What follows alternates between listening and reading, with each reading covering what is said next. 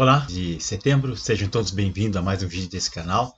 Vamos ver que cada povo tem a ditadura que merece. Conforme está aí na capa do vídeo, né? Uma pessoa discursando aí, cercado de apoiadores e de parceiros. Né? O título do vídeo, pessoal, é uma questão de lógica. Vocês estão acostumados com isso, né? Então vamos aprender um pouquinho o que é lógico.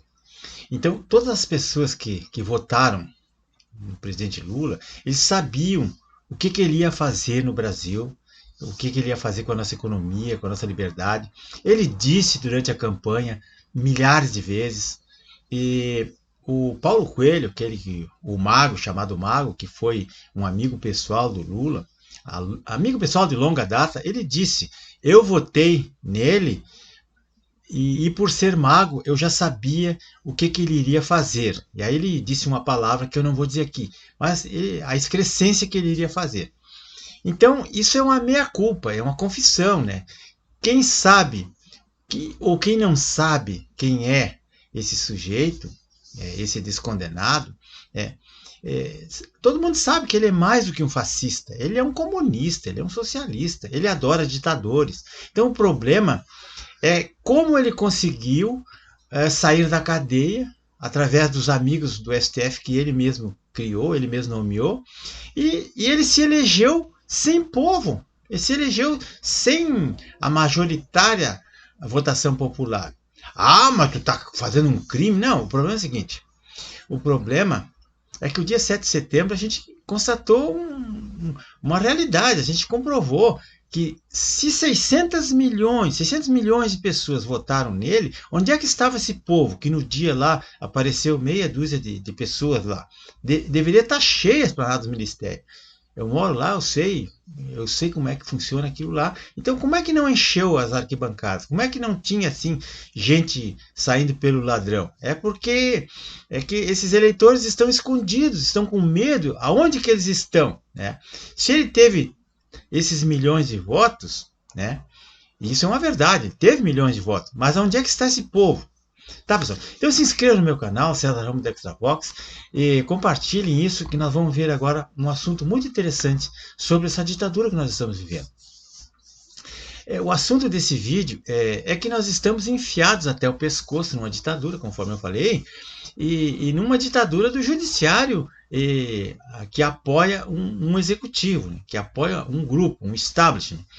E o Congresso virou apenas agora uma concessão do STF. Né?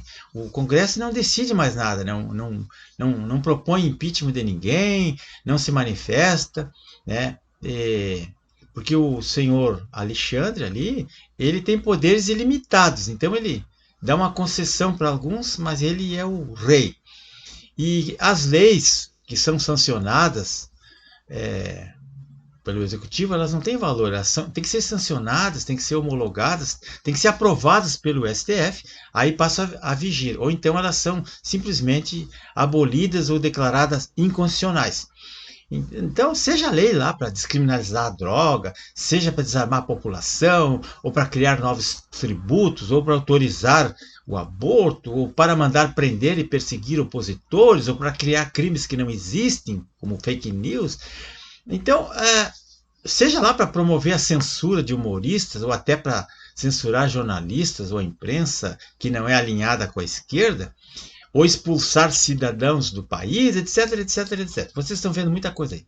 Então, pessoal, recentemente, a ex-juíza, a doutora Ludmila Lins Grillo, aquela que foi alvo de uma absurda punição pelo Conselho Nacional de Justiça, e ela revelou as aberrações jurídicas e criticou aquele general petista, traidor do povo. Isso ela fez num pronunciamento durante o segundo Fórum sobre Violações de Direitos após o 8 de janeiro, promovido pela Associação de Familiares e Vítimas daquela situação.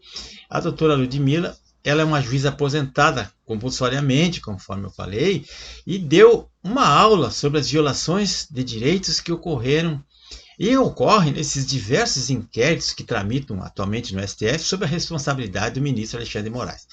Então a magistrada iniciou a fala dela dizendo que, abre aspas para ela, nós estamos passando por um momento histórico muito sombrio em nosso país. Essa minha fala vai ser uma fala técnica, entretanto, é muito difícil fazer uma fala técnica quando se está diante de um evento de cunho político. Tudo que está acontecendo hoje, embora eu consiga categorizar como violações processuais, o pano de fundo dessas violações são questões políticas. Existe um terreno pantanoso entre as questões técnicas do direito e as questões políticas envolvidas nesse evento. Fecha aspas.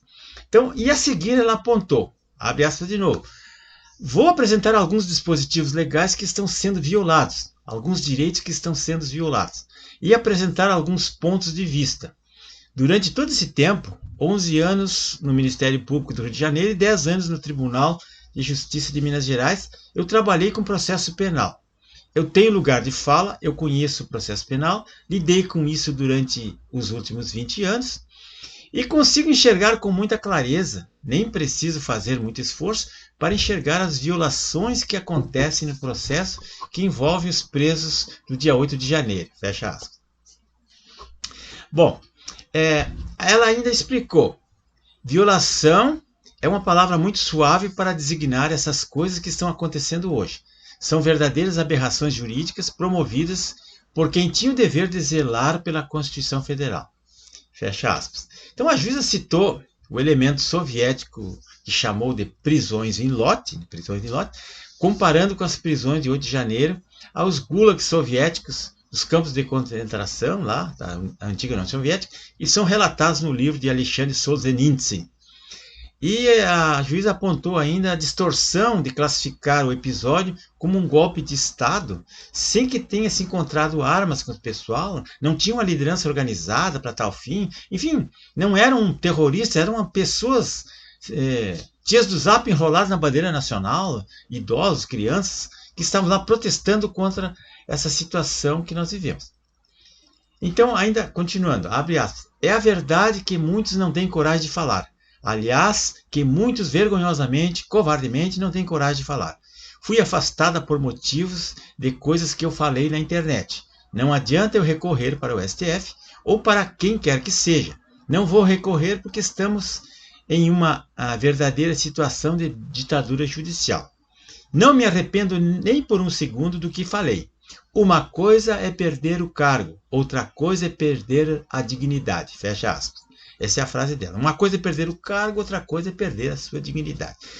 Por falar em coragem e dignidade, eu lembro do desembargador aposentado, Sebastião Coelho, que ontem enfrentou o STF e o Alexandre de Moraes, declarando alto e bom som que a população odeia os juízes da Suprema Corte. Isso causou um rebuliço.